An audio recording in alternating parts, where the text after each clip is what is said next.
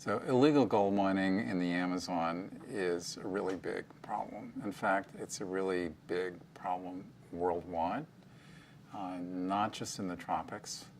The single largest source of mercury pollution in the world is illegal gold mining. Interestingly, you can still find the mercury from the 49ers in California in the sediments of San Francisco Bay. So once the mercury gets in the environment, it's really hard to get it out. So I've been working in particular on one of the major areas of illegal gold mining in the Amazon, in western Peru in the Madre de Dios region.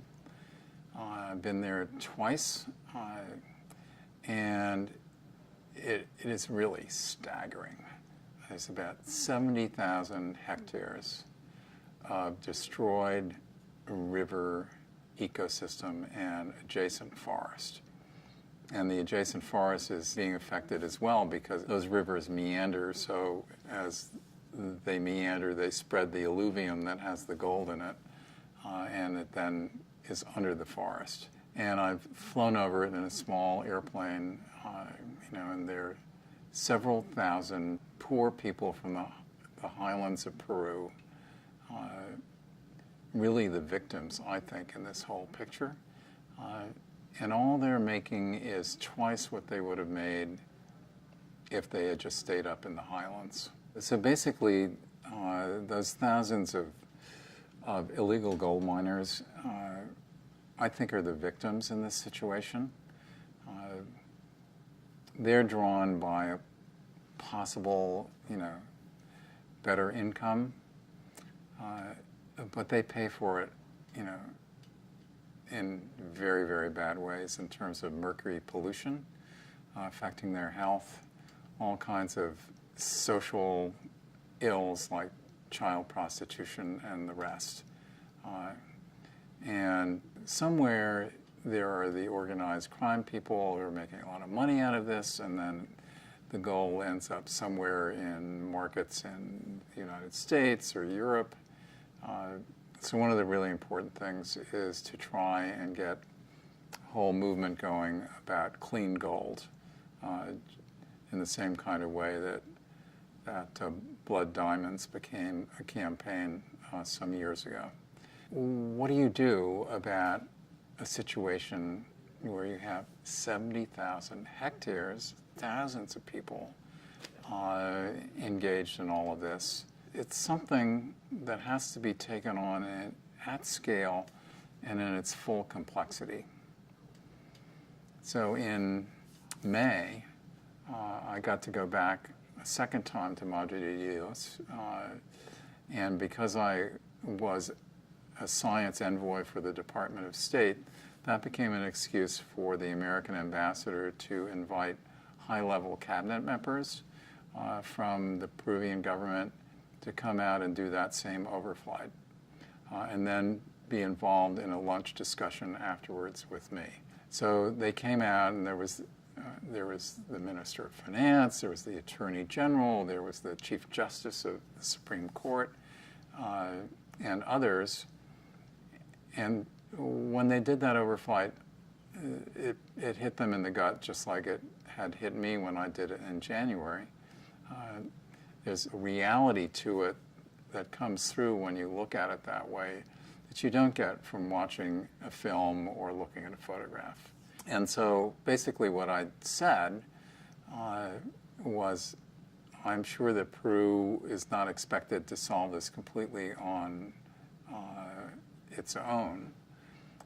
But the only way this is going to work is if this becomes a cabinet-level effort, a cabinet-level issue, because no single ministry is capable of solving the problem, because you have to have law and order in a Peru that involves 2 or 3 different parts of the government. You have to have, health issues. You have to have economic alternatives for those people. You have to have ecological restoration. So what we're proposing is some kind of sustainability corridor in the region that would ultimately become a generator of ecotourism income for the people there. And the astounding thing was that they really got it. It suddenly was real to them in a way that it hadn't been before. And indeed, the very next day, they announced some measures involving more than one ministry to deal mostly with the law and order issues. So that's just the beginning. It's going to be a long, complex effort to solve that one. So that's just one example, and it pops up all over the world wherever there is the possibility of finding modest amounts of gold which loom large in the vision of really impoverished people. And it's very bad for tropical rainforests, such as the Amazon. But it's actually bad wherever it occurs.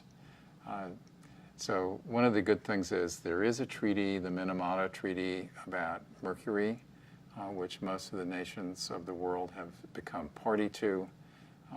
And that's all about reducing mercury pollution and controlling sources and eliminating it from unnecessary uses. So that's a international sort of agreement about taking on mercury as the toxic substance that it really is. And so one of the pieces here, are there ways to actually get gold out of these aquatic systems without using mercury? Well, yes, there are. It may not be quite as efficient, but it's not that different. So wherever you are in the world, that possibility of a quick improvement in one's economic status by finding some gold somewhere is always going to be a major threat to, in fact, social well-being as well as the environment. And I think what we really need is a gold industry around the world that basically insists on only getting gold from sources that can truly be called sustainable. And I think there is an effort along those lines getting going now. And hopefully we can move from a situation where you have this terrible mess in the Madre de Dios, which if they don't control it is the end of the Western Amazon, to something which is far more orderly and at the same time meets the needs and aspirations of the people who engage in it.